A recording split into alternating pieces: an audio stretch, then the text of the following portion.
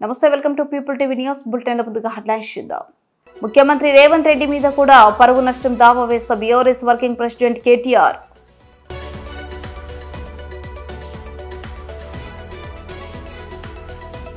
మంత్రి పొంగులేటి భావోద్వేగం. ₹1,10,00,000తో చేపట్టిన Storm water drain CC road నిర్మాణ పనులకు మంత్రి తుమ్మల నాగేశ్వరరావు శంకుస్థాపన. ముఖ్యమంత్రి సొంత జిల్లాలోనే రక్షణ లేకపోతే ప్రభుత్వ అసమర్థత కాదా? మాజీ మంత్రి రోజా.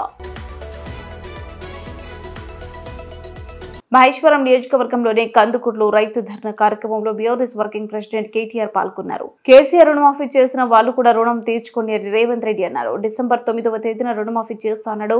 మరి 10 నెలలు అయిపోయింది. మొదట ఈ రోజు సంతకం అన్నారు.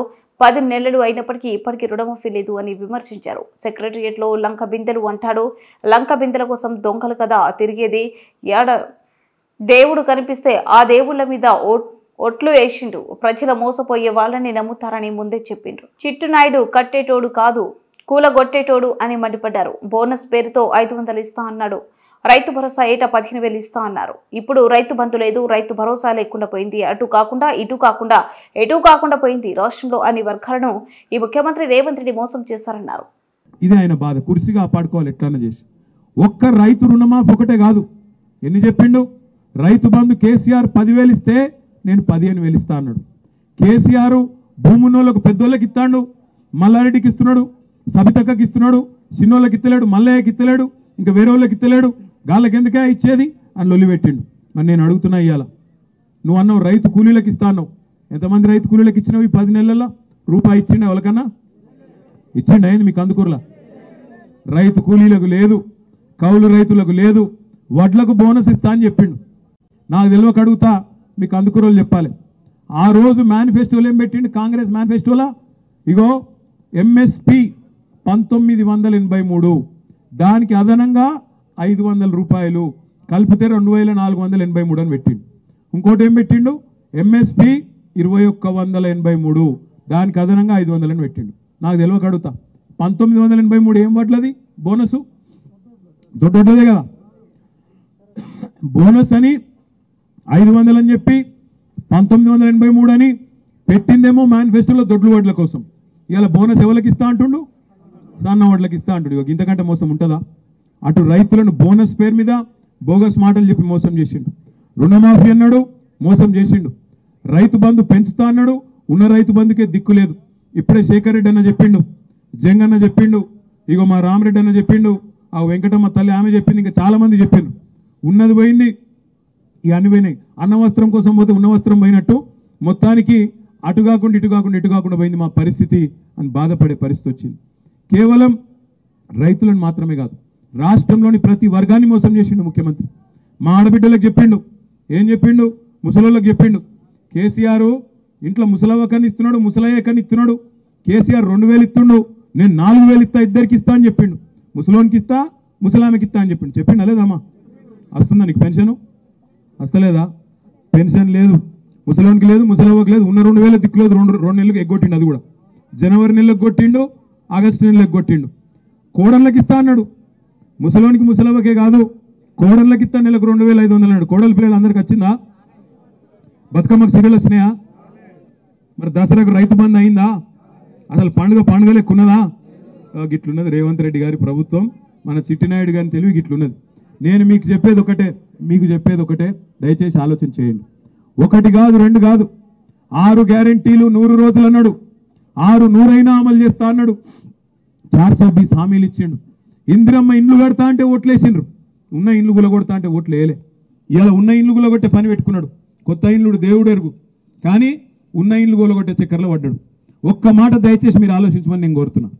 ఒక్క మాట జాగ్రత్తగా ఆలోచించండి. మహేశ్వరం నియోజకవర్గంలో ఇలా రేవంత్ రెడ్డి గారి ప్రభుత్వం ఈ 10 నెలల్లో ఏం సాధించింది? కొత్తగా ఏదైనా ఒక్క విజయం, ఇక ఫలానా పని, ఫలానా కార్యక్రమం ఒక్కటని ఉన్నదా? ఏది లేదు. మరి కానీ 2 జరుగుతున్నాయి. ఇలా మూసీనదట, మూసీని సుందరీకరిస్తా 1,50,000 కోట్లు ఖర్చు పెడతా అంటుండు ముఖ్యమంత్రి.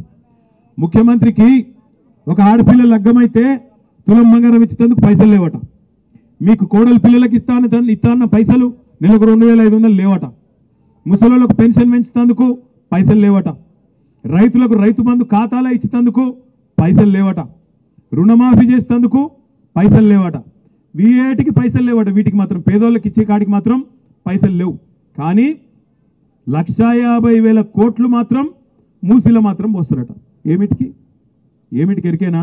ఇప్పుడు రైతు బంధు ఇచ్చిండు అనుకో, మీరు ఏమైనా కమిషన్ ఇస్తారా? ఆయనకి ఇయ్యరు కదా. పోనీ మీరు పెన్షన్ ఇచ్చిండు అనుకో, మీకు కమిషన్ ఇస్తారా? మీరు ఏమైనా ముఖ్యమంత్రికి ఇయ్యరు. తులం బంగారం ఇచ్చినావు అనుకో, నువ్వేమైనా ఇస్తావు వాళ్ళకెళ్ళి? ఇయ్యవు. అదే మూసీలో 1,50,000 కోట్లు వచ్చిండు అనుకో, ఒక 25-30 కోట్లు మంచిగా దొబ్బాలే, ఢిల్లీకి మూటలు పంపాలి. ఒక గందుకు ఇలా మూసి పథకం పెట్టిండు. నేను అడుగుతున్నా, కేసీఆర్ గారు కాళేశ్వరం కట్టిండు, కేసీఆర్ గారు పాలమూరు రంగారెడ్డి ఎత్తిపోతల పథకం 90% కట్టిండు. దేనికోసం కట్టిండు? బ్రహ్మాండంగా నీళ్ళు ఇచ్చేందుకు, మన ప్రాంతానికి నీళ్లు తెచ్చేందుకు కట్టిండు. మరి మూసీతోని నేను అడుగుతున్నా ముఖ్యమంత్రి, మూసీతోని ఎంతమంది ఎన్ని ఎకరాలకు నీళ్ళు ఇస్తావు? ఎంతమంది రైతులకు నీళ్ళు ఇస్తావు? అసలు సమాధానం ఉన్నదా నీ కాడ? ఏమీ లేదు. ఏందో సుందరీకరిస్తా, ఏందో చేస్తా అంటే తప్ప ఏం చెప్తున్నా ఆయనకు కూడా తెలియదు. కేవలం కమిషన్ల పిచ్చి, కేవలం పైసలు దొబ్బేతందుకు. పేదవాళ్ళకి ఇస్తేనేమో పైసలు రావు. అదే పెద్దవాళ్ళకి ఇచ్చి, కాంట్రాక్టర్లకు ఇచ్చి బ్రహ్మాండంగా మూసీ పేరు మీద బ్యూటిఫికేషన్ కాదు, లూటిఫికేషన్ చేస్తే ఆ పైసలతోని మళ్ళా కాంగ్రెస్ పార్టీకి పెద్దోళ్ళకి డబ్బులు పంపి కుర్చీ కాపాడుకోవాలన్న ఆలోచన తప్ప వేరేదేం లేదు. మీ అందరితో నేను ప్రార్థించేది ఒకటే. మా తమ్ముడు నీరటి శ్రీకాంత్ చెప్పిండు, అన్నా ఫార్మా సిటీ మీరు సరే మేము కొట్లాడినాం కొంతమంది మా నాడు, అయినా మమ్మల్ని ఒప్పించి మెప్పించి మాకు ప్లాట్లు ఇస్తామని, ఇక్కడ పరిశ్రమలు వస్తే మాకు ఉద్యోగాలు వస్తాయని మీరు చెప్పి 14,000 ఎకరాలు 7 ఏళ్ళు కష్టపడి మీరు తీసుకున్నారు. ఇవాళ 14,000 ఎకరాలలో ఉన్న ఫార్మా సిటీని ఆ రోజు ఇదే కోమటిరెడ్డి వెంకటరెడ్డి, ఇదే రేవంత్ రెడ్డి, ఇదే బట్టి విక్రమార్క, ఇదే మల్రెడ్డి రంగారెడ్డి, కోదండ్ రెడ్డి వీళ్ళే ఊరూరు తిరిగి చెప్పారు. ఏం చెప్పారు? ఇది కందుకూరులో చెప్పినరు, పక్కన ఆచారంలో చెప్పినరు, ఇబ్రాహీంపట్నం నియోజకవర్గంలో చెప్పారు. బస్సు యాత్రలు పెట్టి చెప్పారు, మేము రాగానే ఫార్మా సిటీ రద్దు, రైతుల భూములు తిరిగిస్తామన్నారు. ఒక్క రైతు కన్నా తిరిగి భూమి ఇచ్చిండ్రా? ఇచ్చిర్రా? ఎవరికన్నా ఇవ్వకుండా ఏం చేస్తుండే? అలా ఫార్మా సిటీ పేరు మార్చి 4th సిటీ అట, ఇంకోటి ఏంది ఫ్యూచర్ సిటీ అట. ఉన్న సిటీకే దిక్కులేదురా అంటే భవిష్యత్తు సిటీ అట. ఉన్న సిటీలోనేమో ఇప్పటికి మోరీలు చక్కగా లేవు, నల్లాలు చక్కగా లేవు. వాటిని రిపేర్ చేసే ముఖ్యమంత్రి ఇలా మున్సిపల్ మంత్రి వాటిని పట్టించుకోకుండా ఫ్యూచర్ సిటీ కడతా అని చెప్పి కొత్త రోడ్లు వేసే ప్రయత్నం చేస్తూ ఉన్నాడు. ఇప్పుడే మా తమ్ముడు చెప్పిండు, కొత్త రోడ్డు లేమూరు మీదకెళ్ళి ఇంకా 4-5 ఊళ్ళ మీదకెళ్ళి 300 ఫీట్ల రోడ్డు చేసి ఆగమాగం చేసి మొత్తానికైతే ఏదో కొత్తగా పేరు సంపాదించుకోవాలని ఆలోచన. ఆర్ఆర్ఆర్ అనేది జాతీయ రహదారుల కింద మన ప్రభుత్వం ఉన్నప్పుడు 332 కిలోమీటర్ల ఆర్ఆర్ఆర్ను మనకు పైసలు పడకుండా పెద్దగా కేవలం ల్యాండ్ అక్విజిషన్ అంటే భూసేకరణ కాడికి కొన్ని పైసలు 50% మనము, మిగతాది 50% కేంద్ర ప్రభుత్వం చేసేటట్టు పెట్టినాం. ఈ ముఖ్యమంత్రి ఏమంటాడు? పేదవాళ్ళ పథకాల కాడికి వచ్చే వరకేమో పైసలు లేవంటాడు. కానీ ఆర్ఆర్ఆర్ దక్షిణ భాగంలో మాత్రం కేంద్ర ప్రభుత్వం చేయొద్దు.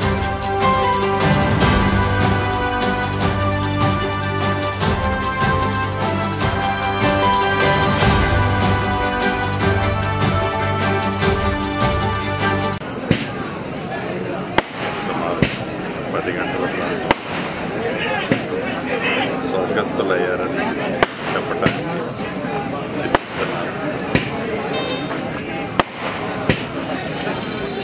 రెడ్డి గారు 45 సంవత్సరాలు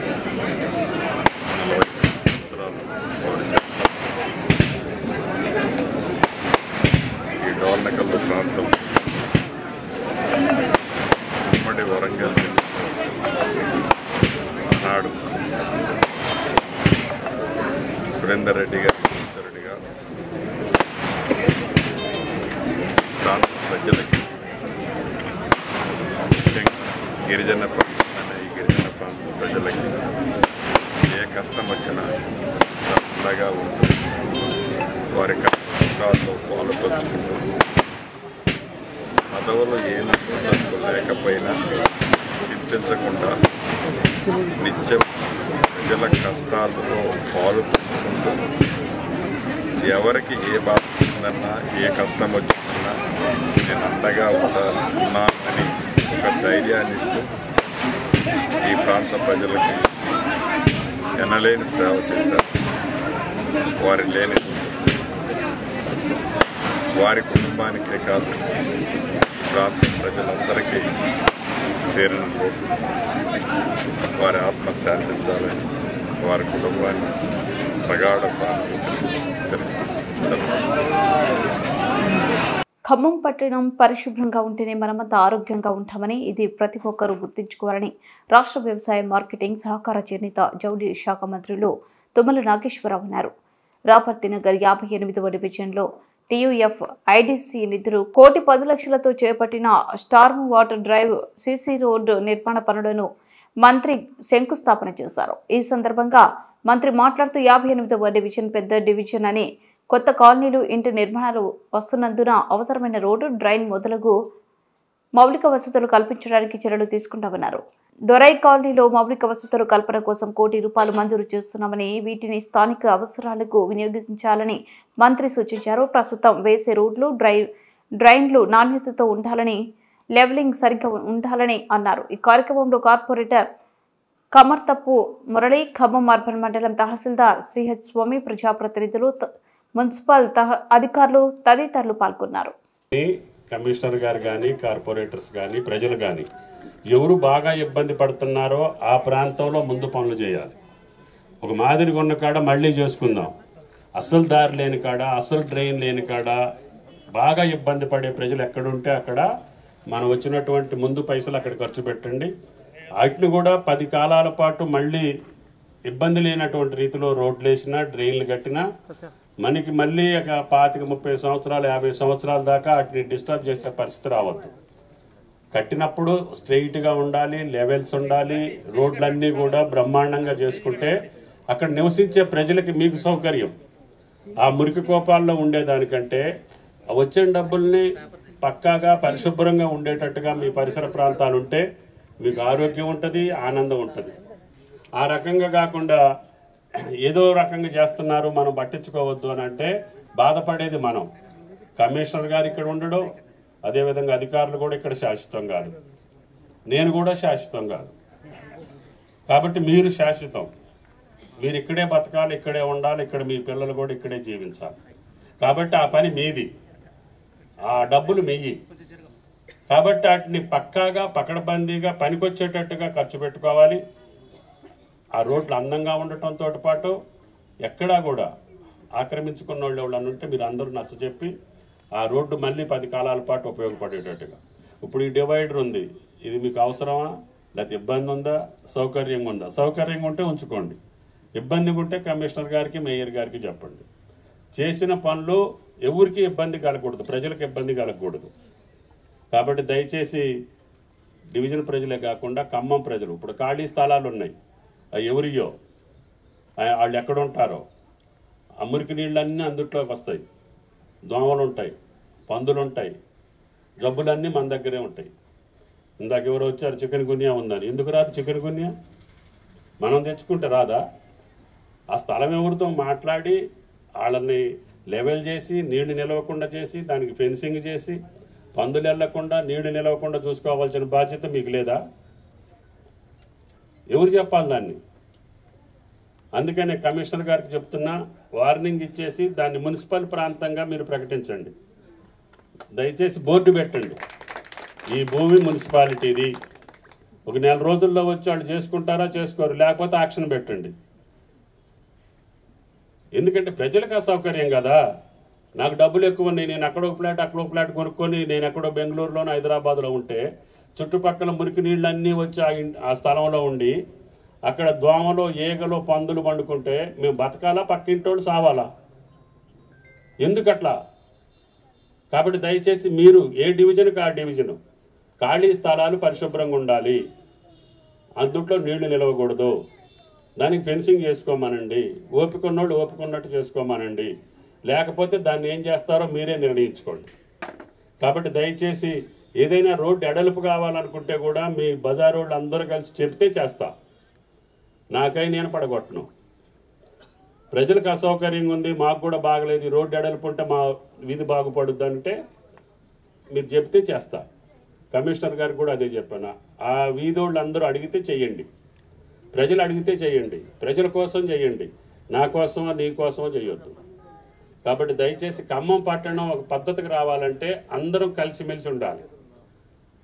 ఇక్కడ రాజకీయాలు అవసరం లేదు, ఇక్కడ పార్టీలు అవసరం లేదు, ప్రజలందరూ కూడా సుఖ సంతోషాలతో ఉంటే అంతకంటే మనకు కావాల్సింది ఏమీ లేదు. కాబట్టి దయచేసి నాకు ఎంత శక్తి ఉంటే అంత ముఖ్యమంత్రి గారిని అడిగి నిధులు తీసుకొచ్చి ఖమ్మం పట్టణానికి గతంలో చేసిన పనులు కొన్ని అసౌకర్యంగా జరిగినాయని, కొన్ని అవకతవకలు జరిగినాయని, కొన్ని అవినీతి జరిగినాయని, గోళ్లపాడు ఛానల్ని మూసేశారని, లకారం సర్ప్లస్ వేర్ని మూసేశారని, దానివల్ల వరదలు వచ్చినాయని, ఇవన్నీ మనం చూస్తున్నాం. పొంగనూరు బాలిక కిడ్నాప్ హత్యపై మాజీ మంత్రి రోజా దిగ్భ్రాంతి వ్యక్తం చేస్తూ వీడియో ద్వారా స్పందించారు. ఆడపిల్లలు ఉన్న తల్లిదండ్రులు పిల్లలను స్కూల్కి పంపాలంటే భయమేస్తుందని, ముఖ్యమంత్రి సొంత జిల్లాలోని రక్షణ లేకపోతే ప్రభుత్వ అసమర్థత కాదా అంటూ ప్రశ్నించారు రోజా. గత నెల 29న అదృశ్యమైన పాప 4 రోజుల పాటు ఆ సమీప ప్రాంతాల్లోనే ఉన్న ప్రభుత్వ నిర్లక్ష్యం కారణంగా గుర్తించలేకపోయారని ఆగ్రహించారు. వారం తర్వాత ఇంటికి 4 కిలోమీటర్ల దూరంలోనే బాలిక శవమై కనిపించిందంటే ఈ హోం డిప్యూటీ సీఎంలు ఏం చేస్తున్నట్టు అంటూ మండిపడ్డారు. చంద్రబాబు నాయుడు సొంత జిల్లా చిత్తూరు పుంగునూరు నియోజకవర్గంలో 7 ఏళ్ల పాపని కిడ్నాపర్లు మరి ఏ విధంగా తీసుకువెళ్లి చంపేశారో ఆ ఉదంతం చూస్తే నిజంగా ప్రతి ఒక్కరికి గుండె ద్రవించిపోతుంది. ఆడపిల్లలున్న తల్లిదండ్రులకైతే పిల్లల్ని స్కూల్కి పంపించాలంటేనే భయం వేస్తుంది.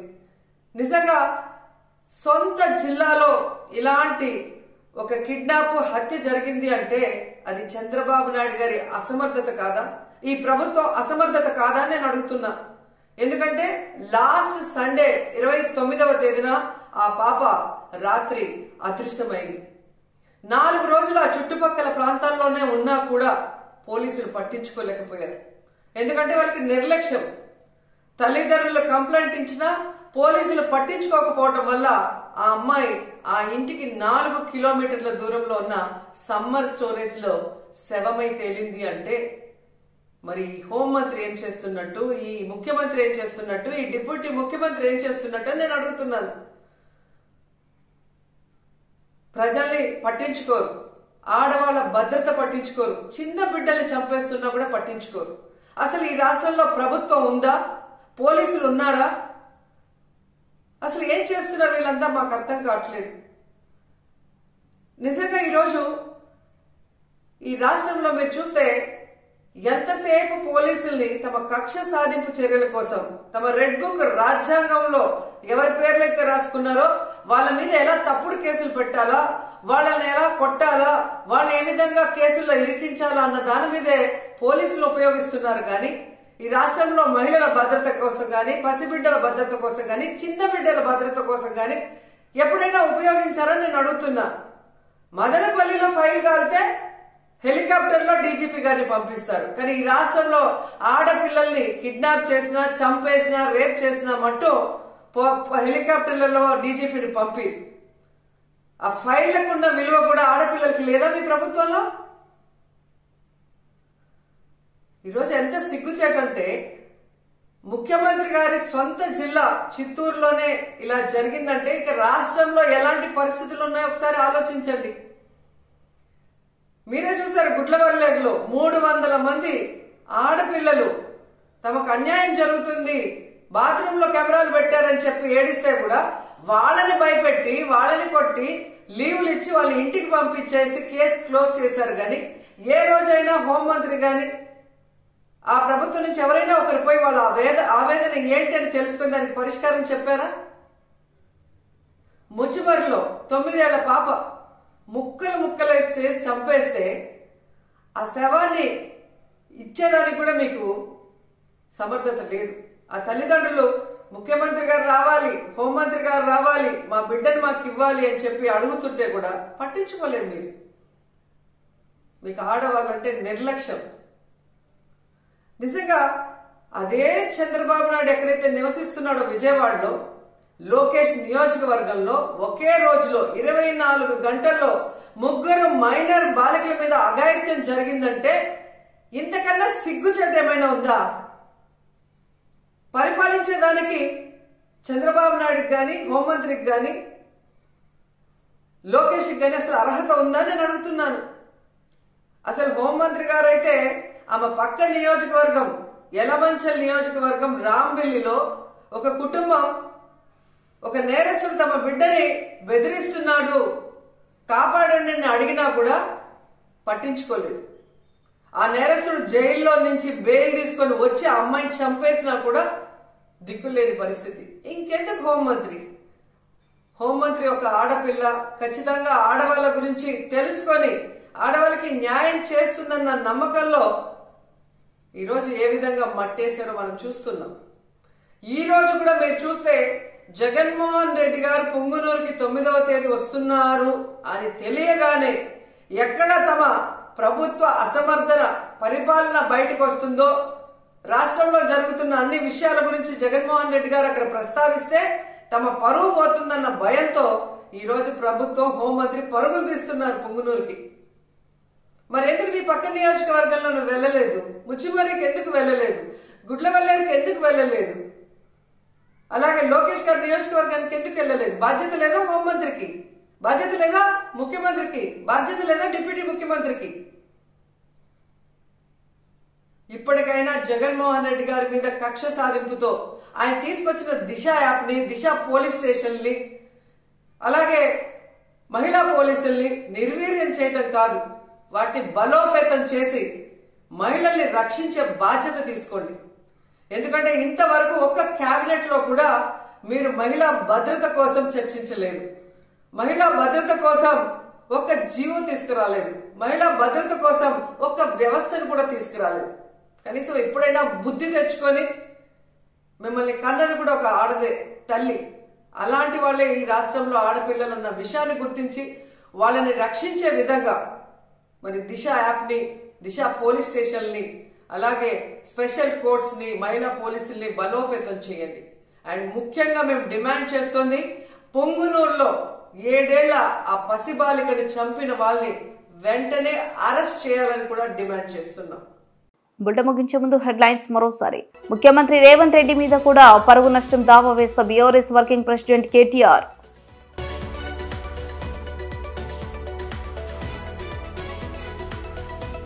మంత్రి పొంగులేటి భావోద్వేగం.